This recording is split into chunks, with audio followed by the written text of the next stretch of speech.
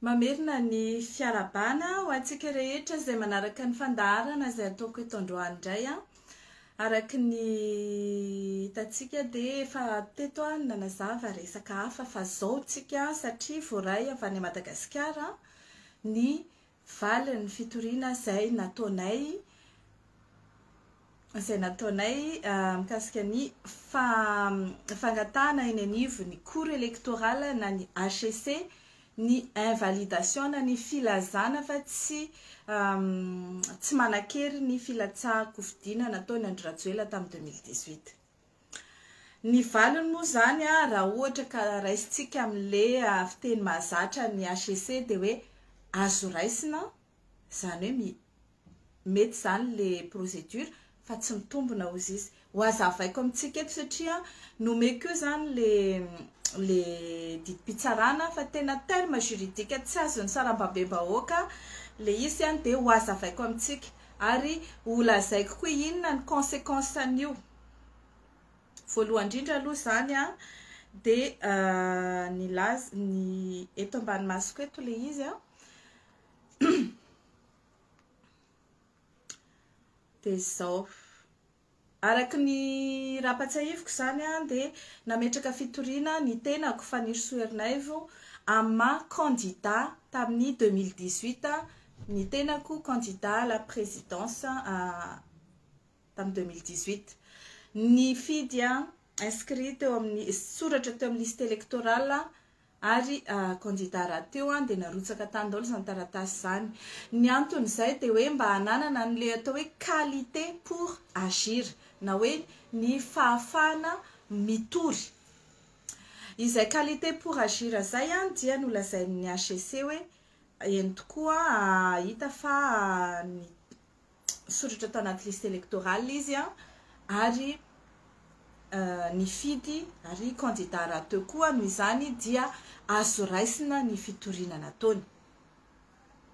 Nilaza koa izay hoe ny antony fametrahana fitoriana dia satria fantatra taty aoriana tsy tamin'ny 2018 tsy tamin'ny 2019 tsy tamin'ny 2020 fa tamin'ny juin 2023 zany hoe ny fahatelo ambin'ny folo ny volana jona telo amby roapolo sy roa arivo no fantatra fa very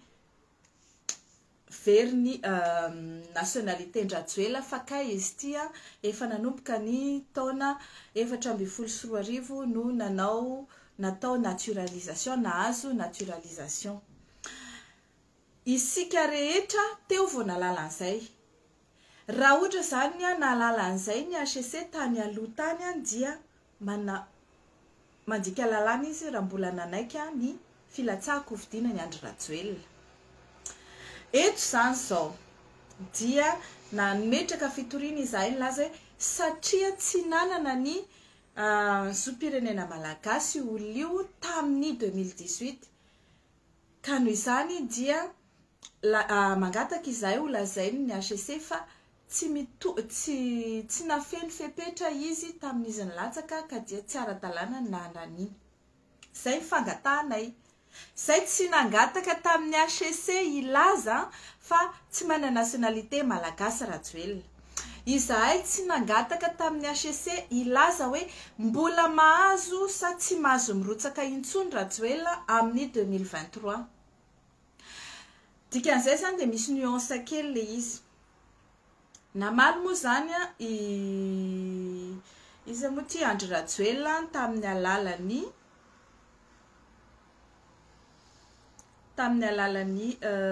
mpisolo tena azy zay nisoloan'ny directeur des affaires juridiques Andriamampiandra Asindraibe Christiane. Eo aloha zany dia efa tsy mety hoe amin'ny fomba ahoana moa zany ny directeur juridique ny présidence no isolo tena ny Andry Rajoelina à titre privé any amin'ny HCC. Satria tsy raha mpanjakana io, tsy raha ny présidence io fa raha mavosiketa ny Andry Rajoelina en tant que Andry Rajoelina mise en cause fa tsy président. eo zany de efa tsy mety le fampiasana lesy zany mbola tsy idiratsika lala fa ampisehotsika fotsiny hoe tena manara-dalàna ve ty fitondrana ity. Ary ny tiako ny antony anazavako an'izao de tena teneniko anareo tsy hoe fandaninandro akory fa mila isika malagasy mahafantatra inona ny lalàna, ahoana fampiarana ny lalàna, ahoana ny ataon'ireo mpampiatra lalàna. Izay zany ny tiako ho hitatsika ary ataonay mivandravandra mihitsy ohatra ny ahoana ny fandikan-dalàna ataon'ity fitondrana ity. Izay io raha hiteny zareo satria efa mandeha manko ny publication izay ataony ny fiadidinisy moa ty ramatory Narakotomanga akapoy amin'ny vato no ny loha fa Andry Rajoelina de malagasy. De tsy haiko hoe taiza izy namaky an'izany tao tanatin'ity didim-pitsarana ity fa le sady diso zany ny analiziny no hitako hoe tena tsy mitafatafa raha matoa amin'ny zavatra tenenina de mampalahelo ihany raha olona ambony toerana ohatr'ireny kapoy amin'ny vato ny loha fa Andry Rajoelina de tsy maintsy lasa de hoe tandremo raha rehefa kapoko ny olona amin'ny vato koa ny lohanao de azagaga satria anao ihany nampianatra an'izany mety tsy ny lohan'ny olona ny akapony fa mety zavatra hafa. Zay zany tiako tenenina amin'io. Zao koa nefa tsy maintsy azavaintsika ty didim-pitsarana ty satria miakina amin'ity didim-pitsarana ty koa ny ahafantarantsika hoe azo atokisana sa tsy ny HCC zay hitsara fifidianana manomboka amin'ny 7 ny volana septambra 7 volana aogositra ho avy zao, zany hoe rapitso. Milaza zany izy ato ny solitena ny Andriamatoa Andry Rajoelina hoe izy tsy nilaza hoe mahazo milatsaka sy na tsy fa zao zany teneny hoe fanakorotanana fotsiny ihany satria efa akaiky fifidianana hozy izy io fitoriana zay nataony fanirisoerina iveo. Ary Andry Rajoelina dia nanana certificat de nationalité pirofo tsy azo lavina ny fananany nationalité malagasy. Ary manampy izy hoe raha ohatra ka very nationalité any Andriamatoa Andry Rajoelina de tokony misy décret milaza an'izany ka nefa tsisy décret milaza fa very.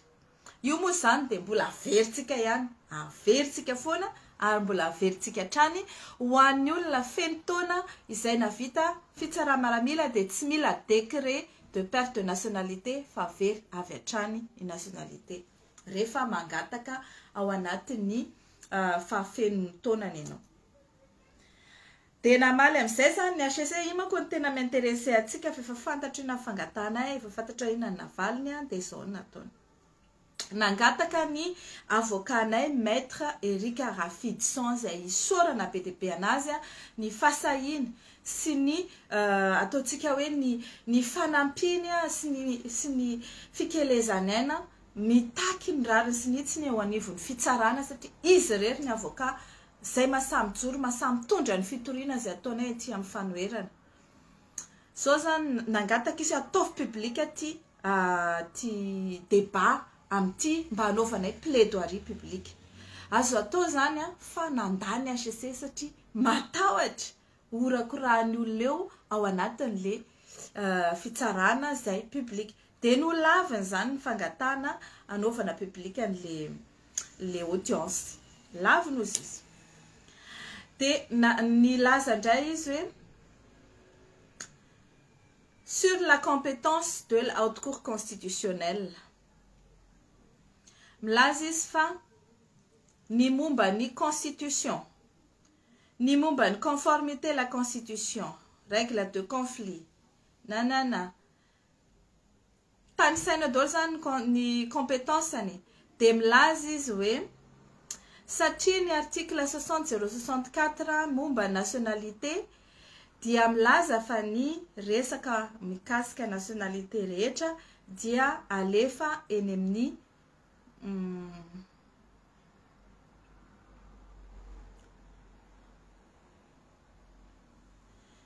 milaza hoe ny décret de naturalisation sy intégration amin'ny article 55 dia avoakany amin'ny journal officiel de la République. Ka noho izany ozy izy dia tiany mpanao lalàna lazaina fa ny compétence dia ho an'ny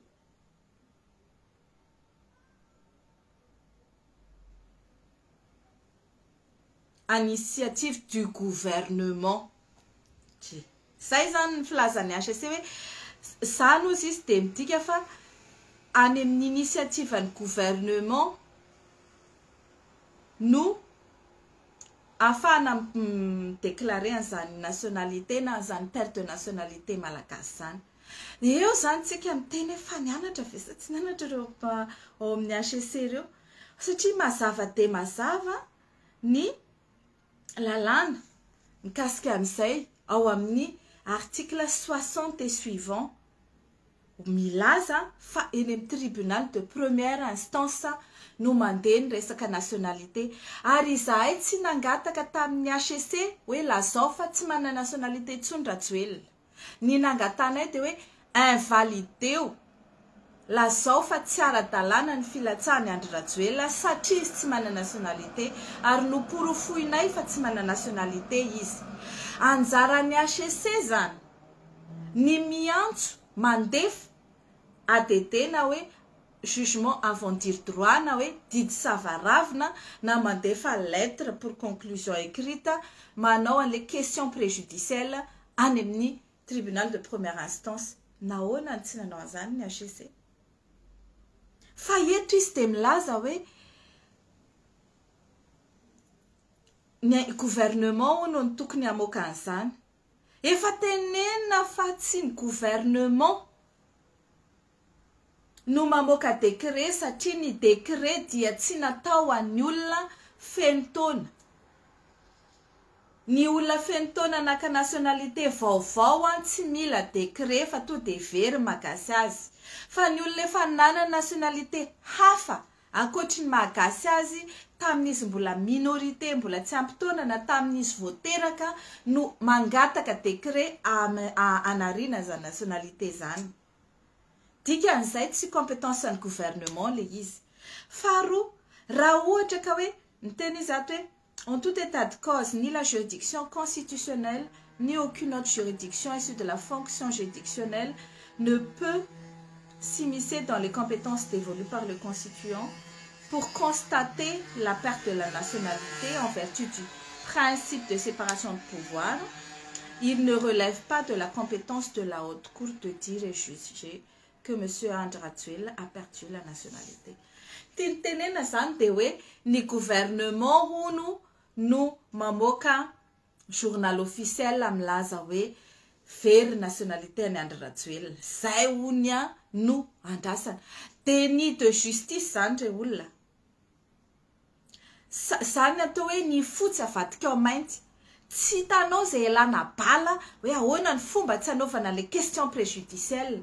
Satria fatana raha manao ny question préjudicielle io izy.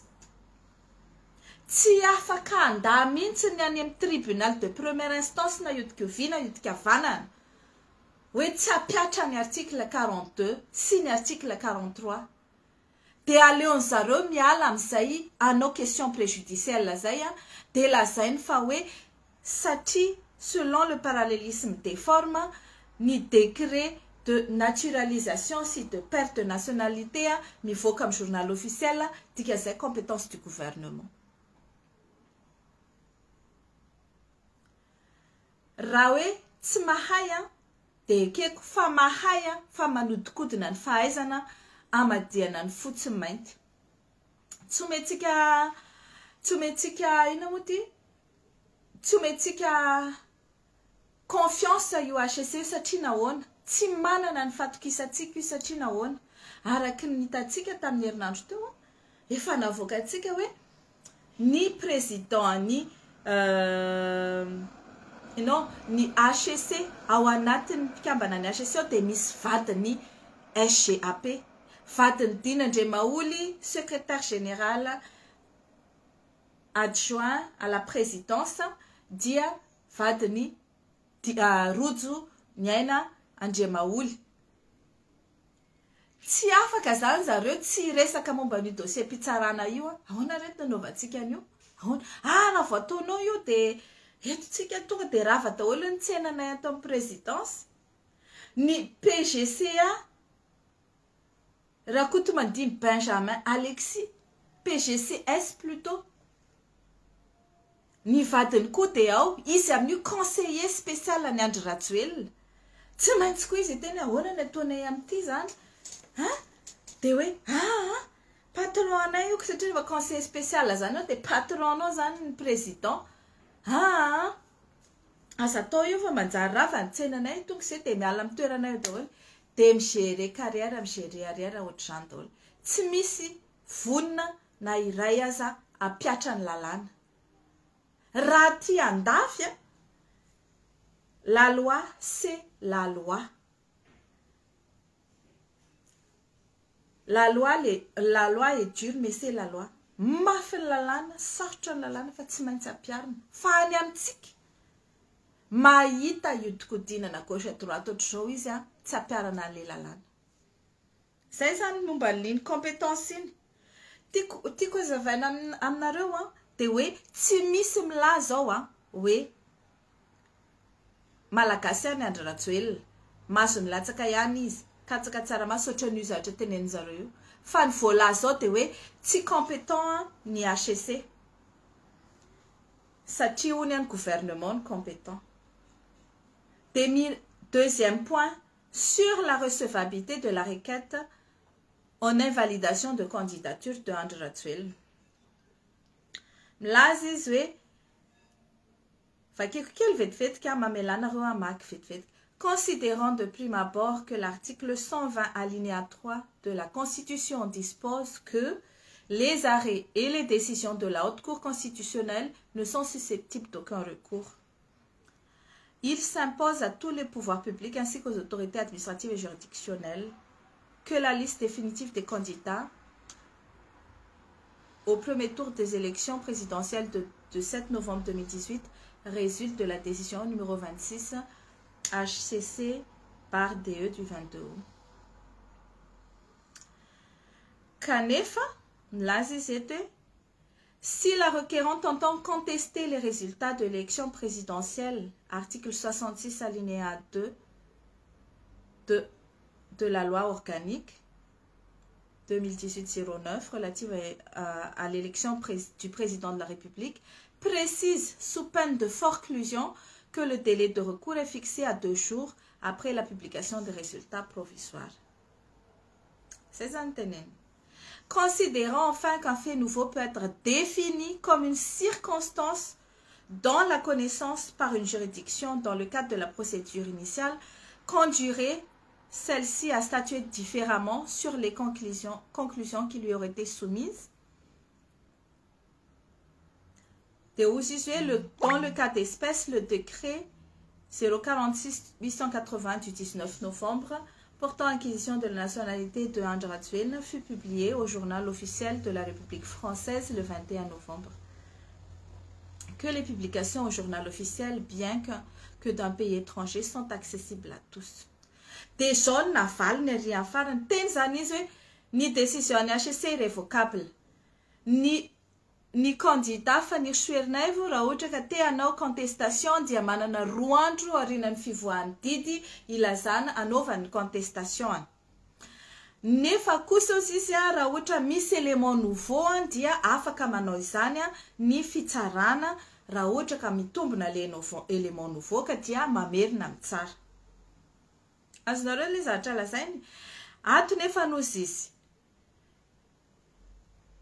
Considérant de surcroît que pour rendre ce moyen inopérant et inapplicable à la présente requête en invalidation, la requérante impute au défendeur d'avoir usé de manœuvres dolosives et frauduleuses pour induire en erreur la Haute Cour constitutionnelle, qu'il aurait dissimulé sa nationalité française pour se faire délivrer un certificat de nationalité malgache, que cependant aucune action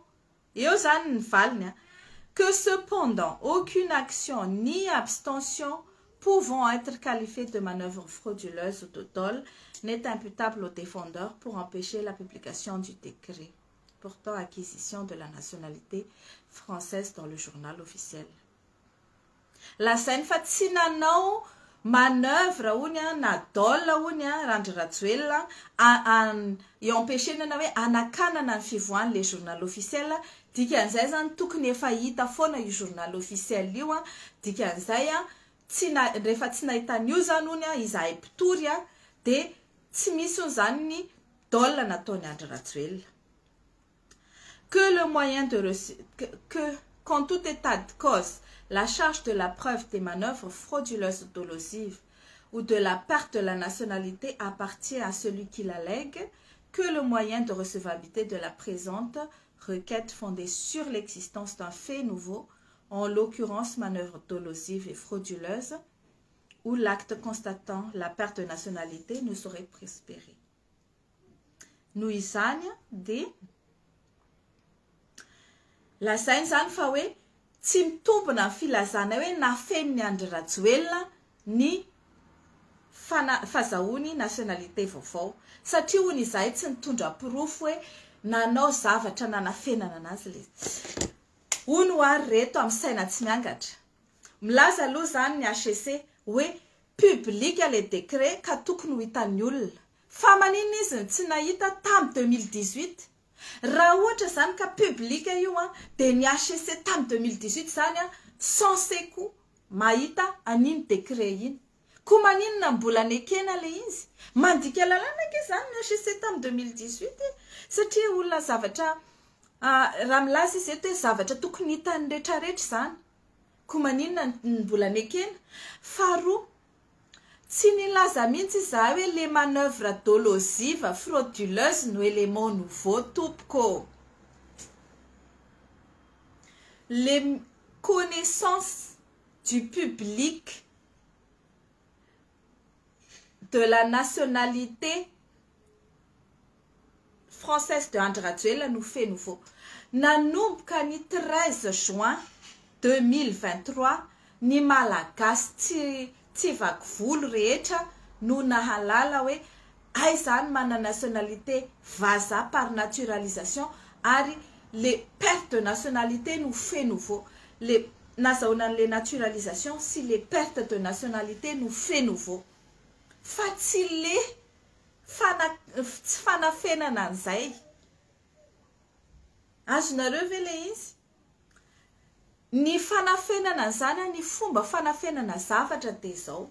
Ohatra hoe tsy tenenao raha nanana bonne foi Andry Rajoelina de hoe za mana nationalité maro be de arotsaka hoe malagasy, frantsay, russiana, ukrainiana, tout ce que vous voulez. De miteny ny HCC hoe satria anao manana nationalité malagasy ireto nationalité anao reto azonao tamin'ny mbola ianao mbola mineur tsisy problème afaka milatsaka ianao.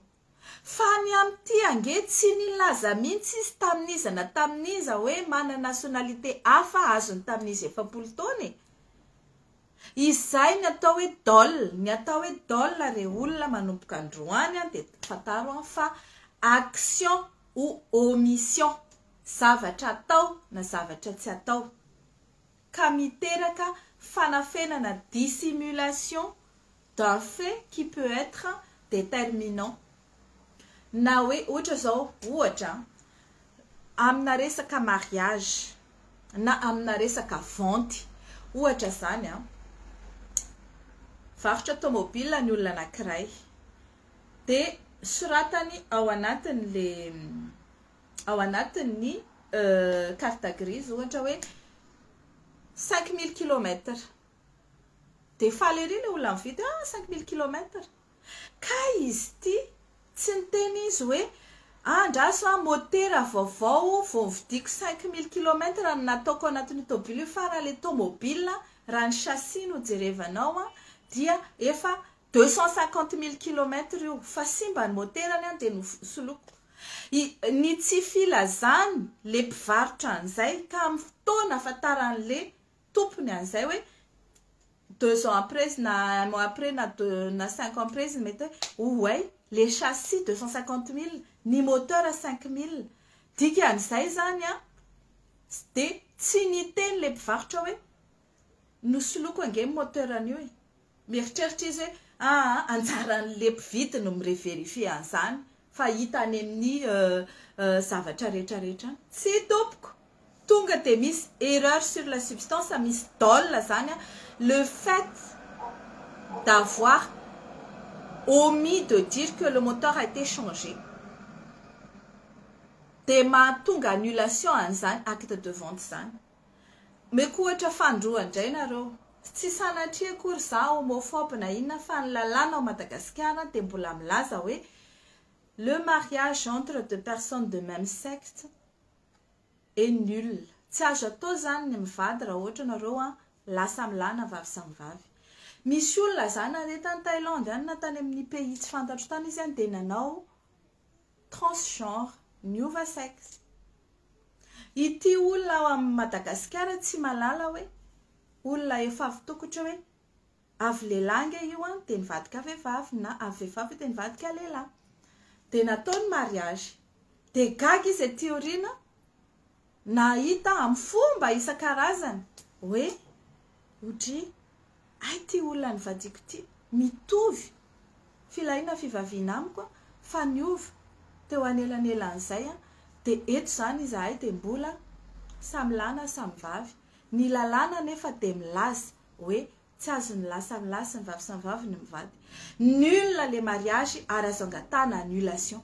De tsy afaka hiteny ny fitsarana hoe efiony ianao na lehilahy nivadinao na vehivavy nivadinao fa satria ianao tokony afaka nijery tany amin'ny état civil zay public hoe lehilahy io sa vehivavy taloha. Fa amin'ny andro afantaran'le tompony le tompom-bady hoe ay za ty nanambady olona mitovy ina moa ty mitovy sexe amiko ary ny lalàna milaza fa tsy azoko atao zany zavatra fa nul de mangataka annulation izy de tsy afaka hiteny ny fitsarana hoe izy ane tsy nanafina fa ianao tsy nanontany na hoe izy ane tsy nanafina fa izy tsy niteny fotsiny.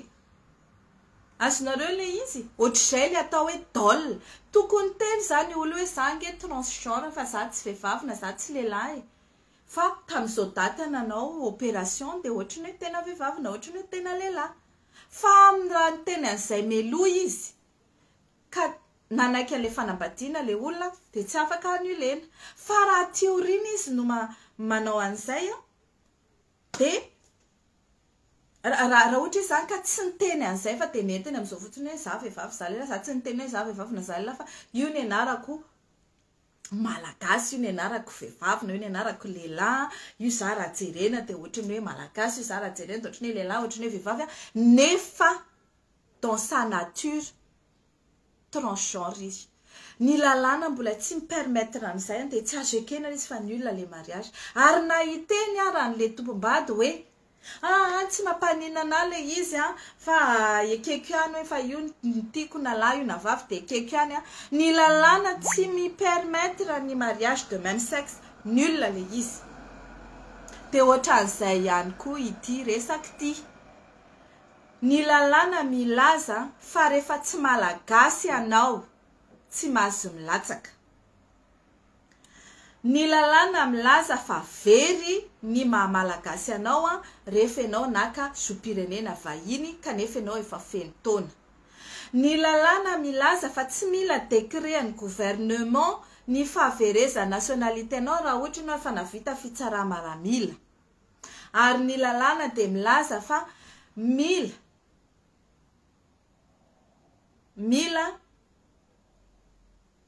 manao mila ina moa ty mila manana farafaratsiny nationalité malagasy ianao vao mahazo milatsaka hovidiana. Izay rehetrarehetra zany tsy feno amin'Andriamatoa Andry Rajoelina de tokony nul le filatsahana. Kanefa niodikodina ndraiky lazainy fa hoe porofoy hoe nafen'ny Andry Rajoelina hoy ny nationalité française. Tsy anjaranay manaprofo an'izany fa ny profo tsy azony lavina de voasoratra anaty journal officiel fa nazo nationalité hafa izy ary tamin'ny fahefapolo taonany dikan'izay izy tsy gazo tsony. Fa eto zany de tena hoe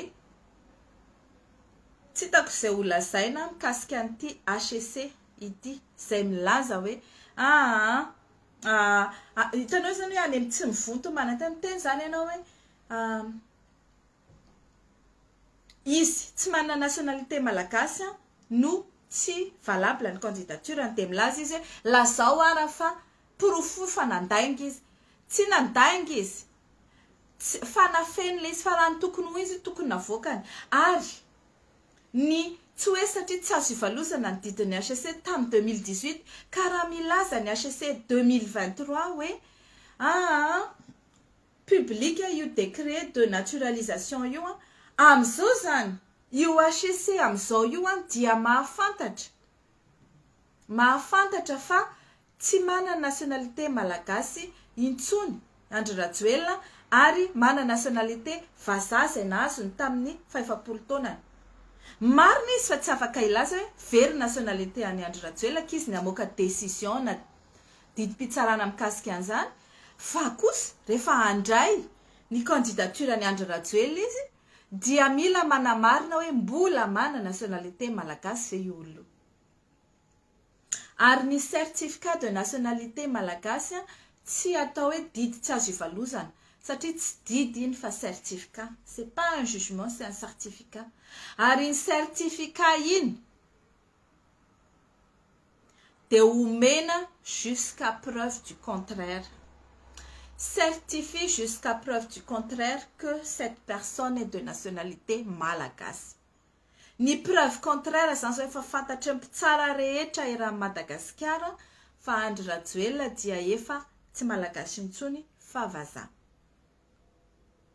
Koa dia asakasaka izay olona mbola amoaka certificat de nationalité eo fa ny tsara rehetra président tribunal eraky ny Madagasikara dia afaka mamoaka an'izany certificat de nationalité zany raha mahafeno fepetra ny olona ray. Afaka mandaa izany koa izy rehefa tsy mahafeno fepetra ny olona iray ary voalaza ny lalàna fa motiveny zany hoe omeny ny antony hoe tsy andava ny anomezana zany certificat zany. Eo zany tsika zao. Iza ny anome, iza ny asa anome. Milaza amin'izay zany ny HEC hoe noho ireo rehetrarehetra ireo lazaina fa efa tapitra ny fepitona anaovana fitoriana manino moa zany mandany fahafahany Andry Rajoelina milatsaka ho vidiana. Forclose izy ny action en contestation de la validation de candidature de Andry Rajoelina. Mampimehana raha zany areo tao amin'ny HEC dia sans préjugés sur tout le fond et les formes et tous les arguments à invoquer tonga de niraisiko fotsiny voilà tonga de satria efa tamin'ny 2018 le raharaha nivoaka nareo 2023 vao nanao fitoriana ny zavatra rehetrarehetra ny avancénay tsy eritreretinay moyen nouveau dikan'izay lazainay fa efa non na même tsy tena zay fa satria efa tsy azo ivalozana ny didy avoakanay eto amin'ny HEC ka lazaina fa dia efa forclos nareo na efa dila fetrandro anaovana zany fitoriana zany. Fa tsy valinareo tsirairay ohatr'izao ny argument n'olona nefa ny argument anay mitombona ary azo raisina. Fa ianareo no mitady amadika fotsy ny mainty avadikareo hoe izahay miteny ty olona ty tsy manana nationalité malagasy de izy nareo hoe porofo ara fa nandainga izy na nanao zay isakanana ny fivoahan'ny journal officiel izy. Zay ngany teny hoe nosakanany ny fivoahan'ny journal officiel. Tsy niteny an'izany mihitsy zay statut infra ultra petit a zany na infra petit a tsy haiko tsony. Ny teny izay tsy manana nationalité tsony izy fa antanio ny tribunal de première instance. Raha ny tokony ho izy ary efa naveriko foana zany tsy manana compétence ilazana ny HEC hoe tsy manana nationalité tsony Andry Rajoelina fa manana obligation manana didy izy andeha eny amin'ny tribunal de première instance antany hoe ity olona ty misy raharaha pitsarana eo aminay ka alefanareo aty ny filazana na enina tsy mbola nationalité malagasy olo io dia manao ny tribunal de première instance na TPI. Tsy nanao an'izany ny HCC dikan'izay nanao déni de justice. Intelo izy manao déni de justice ato mikasika an'izay tsy nanao question préjudicielle zay. Ny atao hoe déni de justice dia hoe minitsy mapiatra ny lalàna. Minitsy mapiatra ny lalàna ny HCC. Deuxième chose, lazainy fa hoe raha misy fait nouveau amin'ny fitsarana anankiray dia azo ataony mamerina fitsarana. Nekeny izany nefany no laviny hoe tsy fait nouveau ony ny filazanay fa very nationalité Andrajoela fa lazainy hoe ny fait nouveau dia le hoe nanakana sa tsy nanakana nanao acte nanakanana ny fivoahan'le journal officiel avy ony Rajoelina.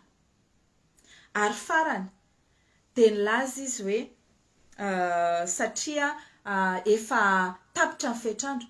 Ny fetrandro roa andro ao aorianany contestation ny résultat ny élection présidentielle no roa andro fa ny validation ny candidature tsy misy voalaza hoe ao anatin'ny feptaona hafirina no afahana manao an'izany. Dikan'izay déni de justice fanontelo tsisy mitombona ny valitenin'ny HCC fa zao zany teny amintsika malagasy.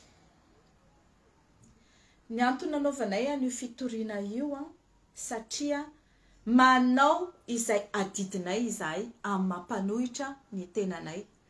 Manao izay tokony atao rehetra izahay ao anatin'ny fanarahan-dalàna ary mitaky ny fampiarana ny lalàna. Fa anjarany zareo izay tokony hampiatra an'izany lalàna zany no mampiatra ny lalàna. Rehefa hita hoe tsy mampiatra ny lalàna izy dia atsika malagasy ny eritreritra. Andeha amin'ny fametrahana ny atota taratasy hofidiana zao sika mianakavy manomboka rapitso. Dia ho hitantsika hoe azo itokisana ve zany HCC zany. Zao ary izy vao manomboka week-end dia efa zao ny hita fa avadika ny fotsiny mainty. Mitady an'izao mikimaky rehetrarehetra zao izy ijustifiena na ataontsika hoe anamarinana ny zavatra efa tsy azo amarinina. Dia mba eritrereto hoe rehefa andeha zany ny valim-pifidianana. Azonareo atokisana ve io HCC io? Atokisana ve fifidianana andeha eo? Fa zavatra misy dia tsy.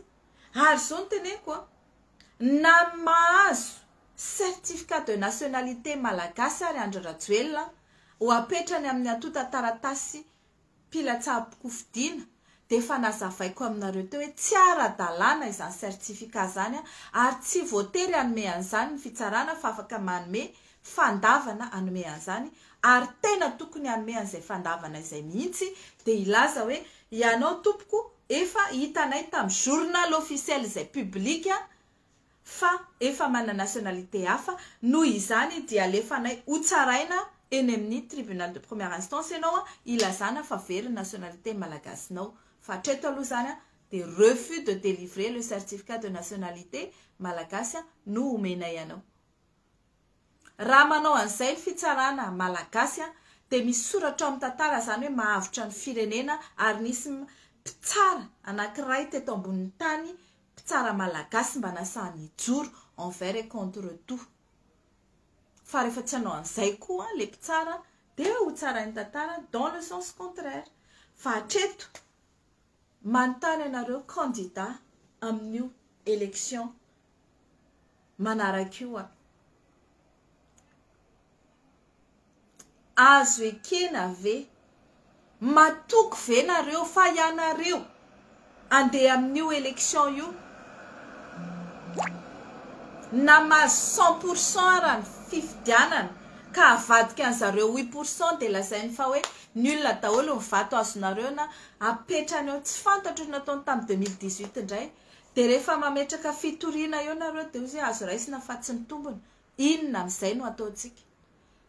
Inona no ataontsika raha zany mitranga ary almelohany zany rehetrarehetra zany raha mbola mini ilatsaka hofidiana Andry Rajoelina ka mbola mini anome certificat de nationalité anazy ny fitsarana izay tsy fantatro hoe iza na ny ministry ny fitsarana dia mbola hanaiky an'izany koa ny HEC inona no ataontsika ny HEC io fa tsy afaka mipetraka fotsiny amin'izao tsika mila mandray fepetra malagasy rehetra tsy azontsika vela amin'izao io fa hoe zay zany non mandritry ny 5 taona manaraka indray dia fahoriana ny mazon'ny firenentsika ka tsy eketsika zany tsy eketsika zany hoe mandritry ny 5 taona manaraka dia mbola hiaritra an'ireo olo ireo isika ka dien'izao dia fa eritrereto manomboka rapitso ny tiktaky sao dia mbola hilatsaka eo ity vazaha mena sofina mieritreritra fa mbola afaka hilatsaka izy satria nolaviny fitsarana HEC hoe forclos dila fepitona ny fitoriana izay nataonay. Izay no tiako hazavaina aminareo androany fa dia mametraka veloma mandram-piona ary te hanampy aho hoe azakivy rentsika malagasy azakivy zara tsy kivy avy aty mitory foana mazony azy raisina fa tsy mitombona ohatran zareo mitory foana dia mazony azy raisina fa tsy mitombona koa izy tsy mavita misambotra mihitsy fa zao tohizatsika nitola ary tsy maintsy miala teo ny ola izay tsy mitondra ny zom-pirenena malagasy tsony ary tsy eketsika hikarakara ny fifidianantsika izay tena president hitondra atsika tsy eketsika zany rehetrarehetra zany ary manomboko zao vao maika tsy eketsika satria tsy azo itokisana ny HEC tsy azo itokisana ny fitsarana dia tsisy miala eto zay no teneniko mandram-piona dia misaotra betsaka indrindra ho antsika rehetra indrindra ny any Madagasikara izay mbola niaritra tamin'izao andro alina be efa amin'ny 10 alina efa ho amin'ny 1 alina zao any Madagasikara fa tsy manara anareo zay ary tsy hamela anareo hiady rereo fa miaraka foantsika mandram-piona daholo dia tafandrimandry